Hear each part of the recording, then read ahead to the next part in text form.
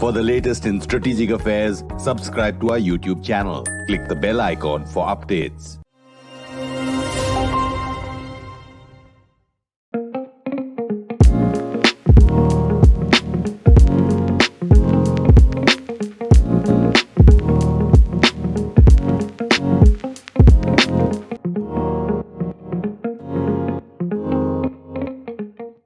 Hello and welcome to Strat News Global and our daily evening program, The Gist.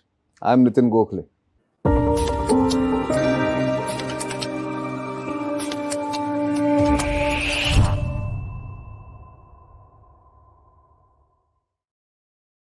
With me today is a special guest, Australia's High Commissioner to India, Barry O'Farrell, and we are speaking after the signing of the free trade agreement that happened in December 2022. Welcome to this program, Barry, and thank you for your time. A pleasure, Nitin. So, let's start with the most obvious question. How do you see the FTA now? Well, as my Trade Minister, Don Farrell, said, it is groundbreaking. It will better connect the two economies, something that some of us have been concerned has been a sector that's lagged in relation to the bilateral relationship. We know that defence, we know that education, we know that tourism, we know that research has progressed significantly over the past 10 years. But the economic side of the relationship hasn't been as strong a growth area. And I think this makes a difference. And it makes a difference because Australia, for instance, has many of the elements that India needs to grow its economy. Mm-hmm. And of course, that's a win-win. It benefits us by selling critical minerals, cotton and wool, and it benefits India by assisting with cheaper costs with electric vehicle manufacturing or in your great textile industry. So we have complementary economies, and I think that this will be a groundbreaking moment, and we hope that the conclusion of a successful comprehensive economic cooperation agreement later this year will cement that. So, going forward, there are obviously, stages that you are looking at. Each step will be a progressive step. So, is there a roadmap that both the countries have looked at? Our trade ministers have spoken. Our trade negotiators are talking about the CECA. Mm-hmm. Your Commerce Minister spoke on the 29th of December when the ACTA came into operation about a doubling of two-way trade between Australia and India over the next 5 years. That's a substantial amount. It's currently, as of last year, two-way trade was valued at $23 billion. Right. So that demonstrates, I think, not just the significance of the Economic Cooperation Trade Agreement, the ECTA that was signed last year, but also the potential that's left in this relationship. Certainly, and in fact, I think that's something both countries would look forward to. But there is also this, commentary that was circulating about some of the sectors not being there: services, digital sector, and investments. Will that come into play in the later stage? Many of those things will be addressed as part of the Closer Economic Cooperation Agreement. But can I just correct you? Yeah. Investment, particularly investment in services, is possible under the ECTA. So my point is that very few things in life materialise fully developed in day one. We don't individually as humans, right. nor does the Indian economy. India's taken 75 years to get to the position where it's now a leading and emerging world power. Sure. And I have confidence that what the Economic Cooperation and Trade Agreement that is in place now will do is allow the seeds and the green shoots to appear, and the Comprehensive Economic Cooperation Agreement will allow that to flourish. And that's happened because of also growing political connectivity, if I may use that word.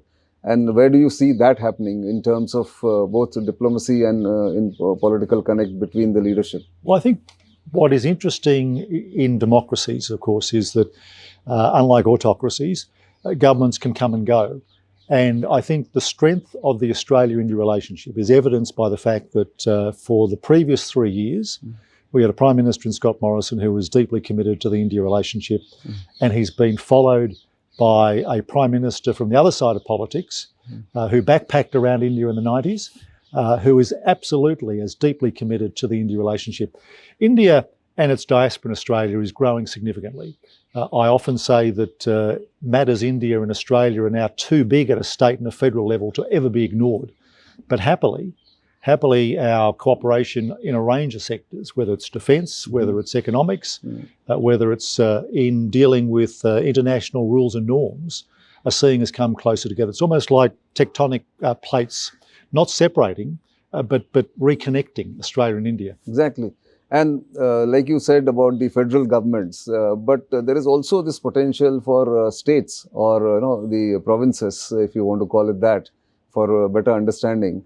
They are also connecting at their own level, right? Well, as a former Chief Minister from Australia, whilst national governments are absolutely important, and whilst national governments set the agenda, I know that here in both India as well as Australia, if you're a businessman, if you're trying to do something, it's at the state level, the state regulations, the state government approval system where it has to happen. So I'm delighted that Australian states are taking a great interest in India. A number of them have what are called sister state relationships. So there are many MOUs across the country. And the India Economic Strategy update that was released in April demonstrates that Australia's approach to India will be national government to national government, state government to state government, but more importantly, as a result of the progress in trade, business to business, because ultimately governments can talk about improving economies. It's business people putting money on the line, expending their efforts, the sort of effort that we see that Gutnadami has done in Australia and the sorts of efforts that Macquarie Bank and other investors from Australia have done here that delivers the benefits. Exactly. There's also this benefit of importing good standards of codes, labour codes, climate change activities that both the countries must do.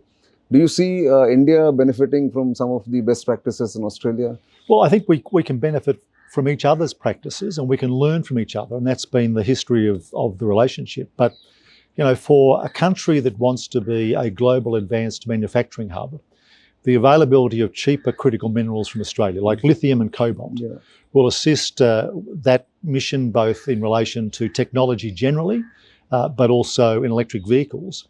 And that's a good thing for the world, because what the world needs is competitive markets. Absolutely. And I think that what's impressed me over the decade or so that I've been involved in India is that India now understands it's as good as anywhere else in the rest of the world. Instead of low price, cheap exports, it's now delivering some of the best products around the world, including into Australia, Anand Mahindra's magnificent tractors. True, absolutely. He's going places in that sense. But tourism is another sector which has always been at the top of the list as far as exchange between India and Australia is concerned. Where do you see that going? I can tell you from the people that work on visas here for me that the tourism trade is going in the right direction. We're seeing a return to pre-COVID numbers of Indian tourists visiting Australia, and the same the other way. And even better, post-COVID, we now have more airlines flying direct between Australia and India than we had pre-COVID. And that's making that connectivity easier. So whether you're a tech professional in Bengaluru, whether you're a parent in Punjab who wants to go and visit a latest grandchild, or whether you're an Australian who wants to come and see the magnificence of India, it's never been easier. Yeah, you got Qantas going from various cities, and Air India, of course, had a connectivity there. But do you see more Australian tourists coming? I mean, you mentioned, but is there interest about India in Australia as far as tourism is concerned? Absolutely. And as you go around India at the present time, you'll see Tourism Australia ads. And in Australia, you'll see ads encouraging people to come to India. So both countries share something in common, which is we're great travellers. We like to have a holiday. And often those holidays are offshore. And we were all locked up for 2 years. And since we've been unlocked, we've seen a rapid growth in the number of tourism visas in both directions being offered. Yeah. So before I come to defence, which is one of the top performing sectors, if I can say, as far as both countries' cooperation is concerned. But let's look at education. It's been, again, one of the growing sectors, but with other places in the West and elsewhere not being as welcoming or as conducive, Do you see Australia again getting much more in demand as far as Indian students are concerned? The return of students from India to Australia and the applications of students to study in Australia has been increasingly strong, and in fact stronger than we predicted as we were coming out of COVID. And for a first for a free trade agreement that Australia has signed, we have put into the ECTA post-study work right pathways to ensure that those students coming to Australia to study come back to India, having been allowed a period of work in Australia to ensure that whether they've studied engineering, whether they've studied journalism, whether they've studied law, they've had an opportunity to practice that so they come back here job ready. We're also providing to those Indians in Australia studying STEM subjects, science, technology, engineering and maths, longer periods in Australia to work, because we're trying to prioritise not just those careers in Australia, but we recognise the significance of them in India, but also across the Indo-Pacific. Well, that's a great step, I think, taken to facilitate this human movement, really, of talent. What former President Coburn called the living bridge between our two countries. That's right, exactly. And in fact, because there are democracies in both countries, I think that also benefits the way we think about each other. Well, yeah, we're both democracies. We both have state and central governments. And the other feature of Australian democracies is that I think now it's true that in every Australian state assembly or legislative council and in our national parliament, we have increasing numbers of people of Indian origin who are being elected. Right. And I often joke that Australian elections these days are being decided the same way as they are here in India. Whoever gets the most Indian vote wins. Yeah, that's right. I mean, you're following the UK model, I suppose. But that apart, coming back to a more serious subject, space is one of the greenfield areas or sunrise sectors that India is looking at. How does Australia play into this, and how do the two countries benefit in this? Do you have any visibility on that? I only see increasing cooperation. We're a large country. We have some expertise in space. We've certainly got enormous expertise in tracking of space missions, as we did with the Armstrong mission all those decades ago. And of course, we've been asked by India to assist with India's first manned space mission in terms of tracking it. But what I'm impressed about is that with the Modi government's decision to commercialise part of the space sector here in India, that better matches the Australian approach to this issue. And I remember vividly going down to IIT Madras, meeting a couple of very bright young people who looked incredibly tired, who were working on a propulsion system to get payloads of less than 100 kilos, lighter than I am, into inner space. And there's a significant business there. And they were partnering with an Australian company for the launch site. Right. So we're already seeing B2B or researcher to researcher activity, and I can only see that happening in one direction. That's going upwards. Going up. Defence, we've spoken about this earlier, but give me an update. Defence has been on the rise, has been on the upswing for quite some time. There were these visits of the ships, and there was also the land exercise. Where do you see this going in the next, say, couple of years? It's the strongest part of the relationship and has been for some time, and I can only see that continuing. Last year, we had each of the heads of our defence forces visit India. Last year, our Air Force, our Army and our Navies participated in at least one exercise together, in some cases more than one. The challenges that exist in our region of the world, where both our Prime Ministers have said we have a sacred duty to deliver that free, open and secure Indo-Pacific, continues. I think at times we forget some of these connections. So the Chief of Defence in Australia, General Angus Campbell, says that diplomacy is the first line of defence. Well, I want to flip that in one sense, in that if India and Australia are going to fulfil, along with Japan and the United States, the role that they've set for themselves across the Indo-Pacific, the first step has to be to have strong economies. Right. Because strong economies allow governments to do things, whether domestically or internationally.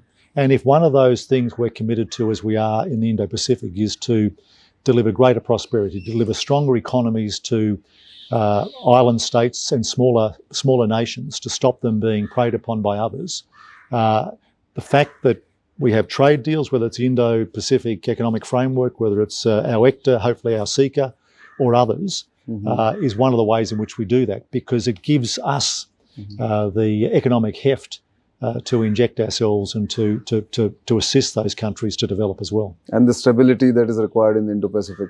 Above all, individuals, countries and regions want stability. Absolutely.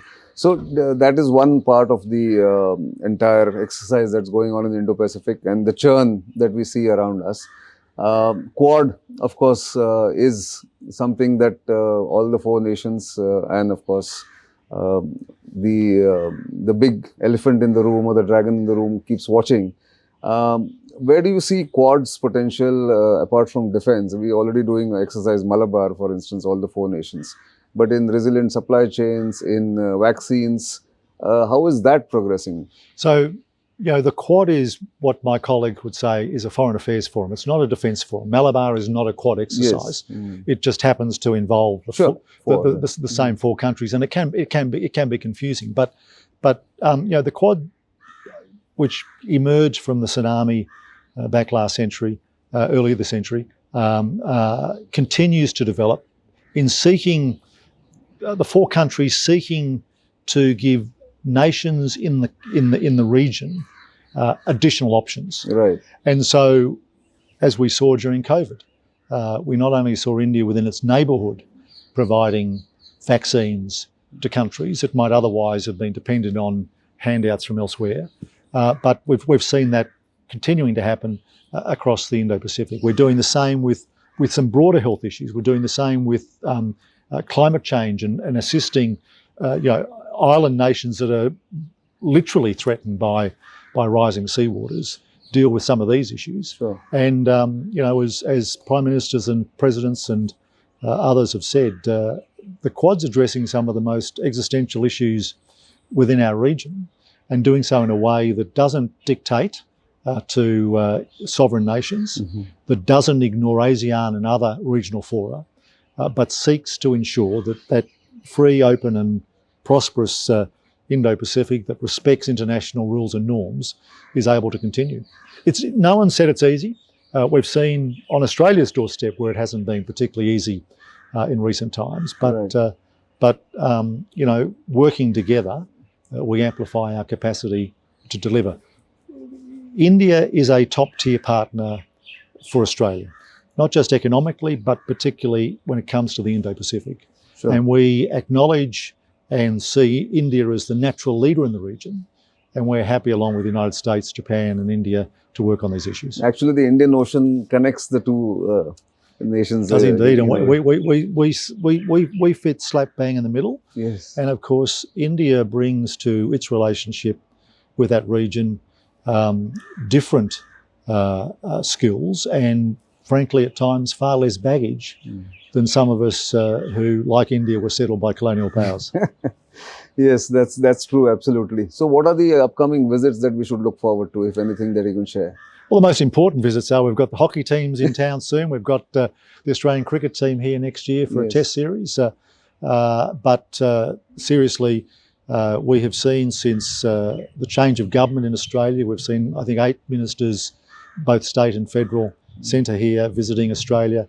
We saw our Deputy Prime Minister, who's also Defence Minister, make the first visit here after the change of government. The relationship is strong. We're expecting to see more ministers thanks to the G20 presidency that India has, but I'm delighted that in March we will see Prime Minister Albanese back in India, back to, no doubt, do exactly what Prime Minister Modi does when I see him, ask for more ambition in the relationship. Sure.